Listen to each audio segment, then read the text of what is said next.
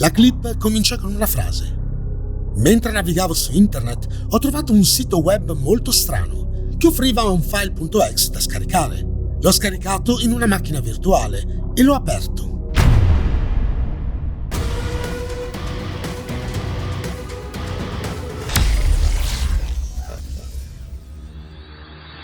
Ciao ragazzi e benvenuti a questa nuova puntata di Digital Mystery.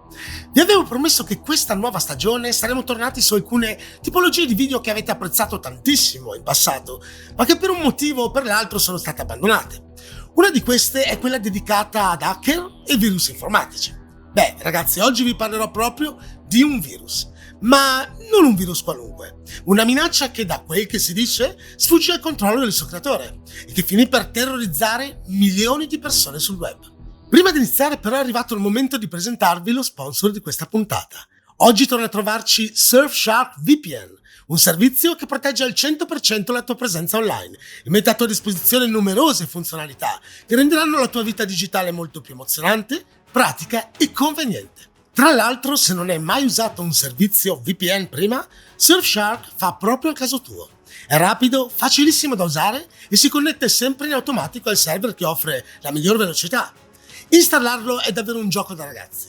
Con un solo account potrai utilizzarlo in tutti i tuoi dispositivi: computer, telefono, tablet, console, eccetera. Come dicevo però, Surfshark non è solo sinonimo di sicurezza, ma porta con sé funzioni incredibili, come la possibilità di sbloccare le 15 più grandi librerie nazionali di Netflix, evitare la censura di determinati paesi nei confronti di alcuni servizi, per esempio Facebook in Cina o TikTok negli Stati Uniti, usare le reti wifi pubbliche senza rischi e molto altro. A tutti gli affezionati al mio canale, Surfshark offre in questo periodo uno sconto dell'83% sul prezzo dell'abbonamento, più 3 mesi extra gratis per provare tutte le sue funzionalità. Per approfittare di questa opportunità, utilizza il codice promozionale INSPIVPN al momento della sottoscrizione, oppure fai clic sul link che trovi nell'info box. Vivi la tua vita digitale al massimo con Surfshark. E adesso passiamo all'argomento di oggi: la storia di un virus che terrorizzò il web.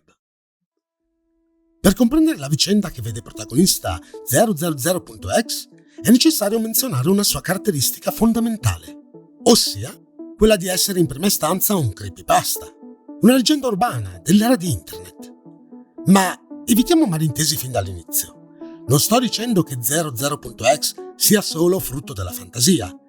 Ciò che intendo sottolineare è che con il nome 00.exe si faccia riferimento prima di tutto ad una storia fittizia di cui sarebbe stato protagonista un certo Flytek, un giovane youtuber il cui canale si concentrava per lo più su gameplay. Allo stesso tempo, però, dietro a quel nome si celerebbe anche un virus informatico reale, uno scareware trojan, per essere precisi. Ma procediamo con ordine. Panico, da virus informatico. Il 1991 è l'anno della nascita del World Wide Web. L'era del web apriva un sacco di possibilità, sia perché voleva usufruire dei contenuti che centinaia di migliaia di persone caricavano ogni giorno in quello spazio virtuale, sia per i creatori di contenuti, che potevano finalmente distribuirli in modo facile ed immediato. Tuttavia, quella meravigliosa opportunità portava con sé un lato oscuro. Men che non si dica, internet si riempie di mezzi per compromettere la nostra sicurezza e quella dei nostri computer. Ben presto si scoprì che anche un programma informatico o un pezzo di hardware poteva ammalarsi, prendere un virus che in certi casi era in grado di rendere inutilizzabile la macchina che infettava.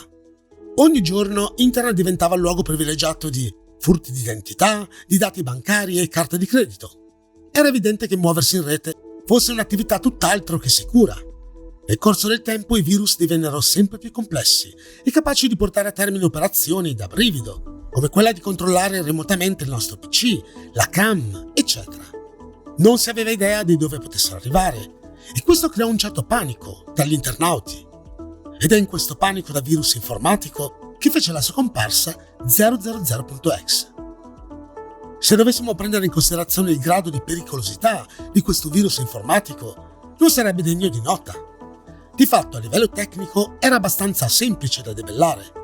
Quello che lo rendeva unico era il suo collegamento con il famoso creepypasta di cui abbiamo parlato all'inizio. Quindi credo sia arrivato il momento di raccontarvelo. Il creepypasta.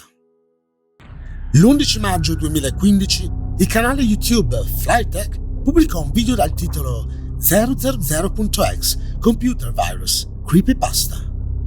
La clip comincia con una frase: mentre navigavo su internet ho trovato un sito web molto strano che offriva un file.exe da scaricare. L'ho scaricato in una macchina virtuale e l'ho aperto. Subito dopo, Flytek ci mostra cosa succede una volta eseguito il file. La prima cosa che appare sullo schermo è l'immagine di una strada, che cambia colore più volte. La sequenza viene riprodotta per qualche secondo, poi il computer si riavvia da solo e tutto sembra essere tornato alla normalità.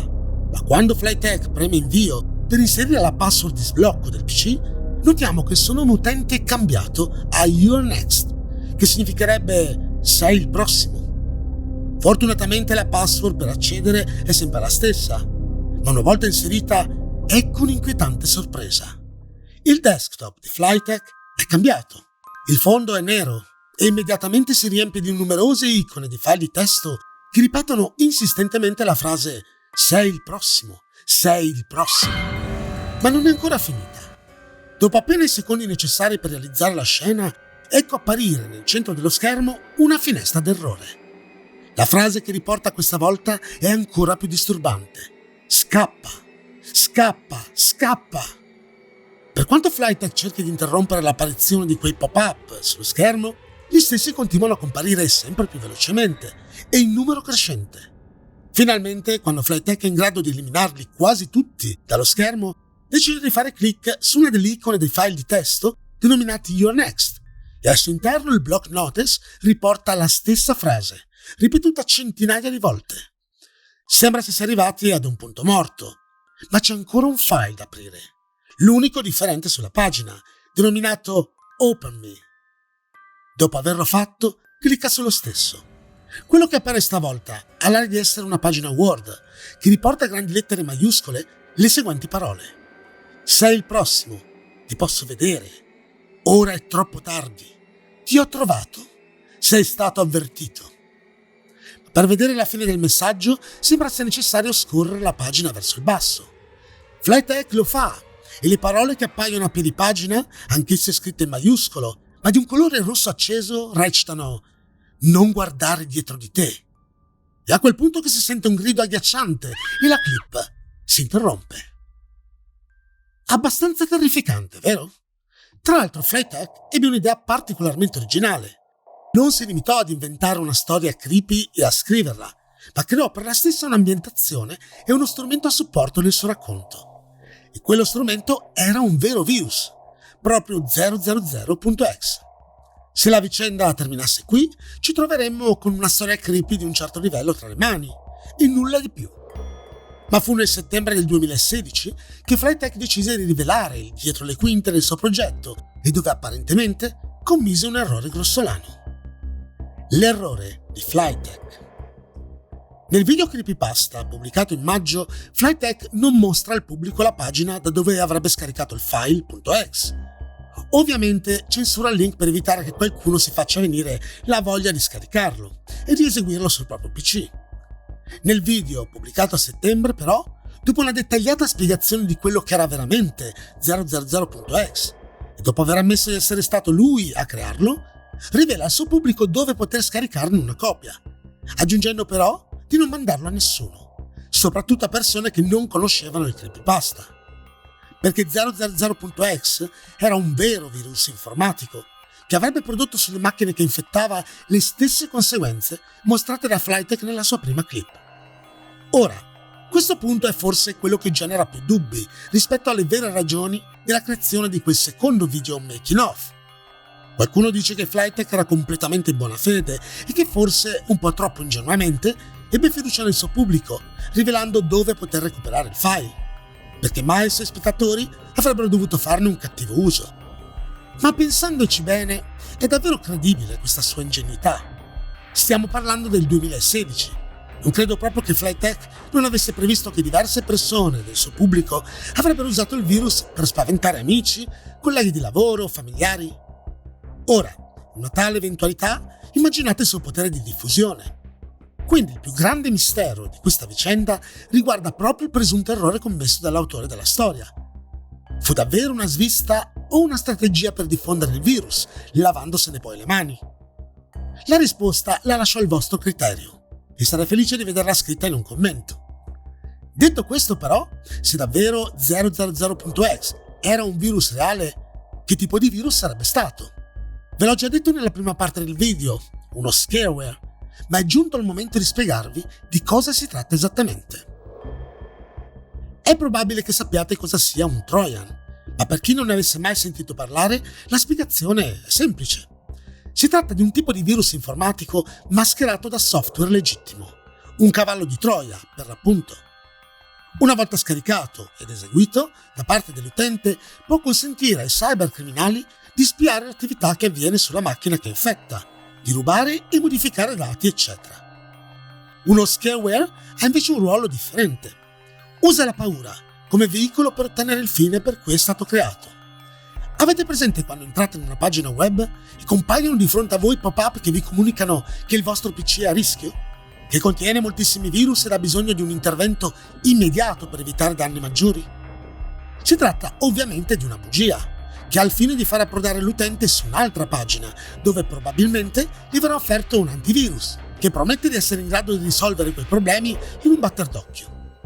Oppure lo conduce al download di un altro file, all'apparenza innocuo, che contiene il vero malware. Ma in relazione a 00.x, che fine poteva esserci? Beh, se quello che ci viene raccontato fosse vero, la sua diffusione non sarebbe stata prevista, ma frutto di una semplice svista. Quindi il suo scopo principale sarebbe stato quello di supportare visivamente il creepypasta scritto da Flytek. Se al contrario la sua diffusione fosse stata pianificata in precedenza, è molto probabile che servisse solo a spaventare le povere vittime, che lo scaricavano ed eseguivano, facendogli credere che c'era qualcuno dietro di loro, che sapeva dove vivessero e che non avrebbero mai dovuto guardare alle loro spalle, se non avessero voluto trovarsi faccia a faccia con qualcuno o qualcosa di terrificante. Sì, ammetto che il tutto era abbastanza inverosimile, ma vi stupireste di sapere quante persone danno credito a cose davvero assurde su internet, soprattutto persone appena approdate sul web. C'è poi da dire che, a parte la storia creepy alle sue spalle, un virus che disabilita il task manager per impedirci di terminare i processi e che agisce direttamente sul sistema operativo, causando il riavvio del computer, in alcuni casi il collasso del sistema, farebbe paura a chiunque. Insomma, di sicuro 000.x non fu uno dei virus più pericolosi e distruttivi della nostra epoca, ma è uno di quelli che ha davvero ottenuto il suo scopo, generare terrore negli utenti. E voi ragazzi, cosa ne pensate? Conoscevate questo virus informatico? Credete che la sua diffusione sia stata solo conseguenza di un errore o era tutto previsto fin dall'inizio? Fatemi sapere la vostra opinione in un commento. Se ti è piaciuto il video, iscriviti al canale, lascia like o condividilo con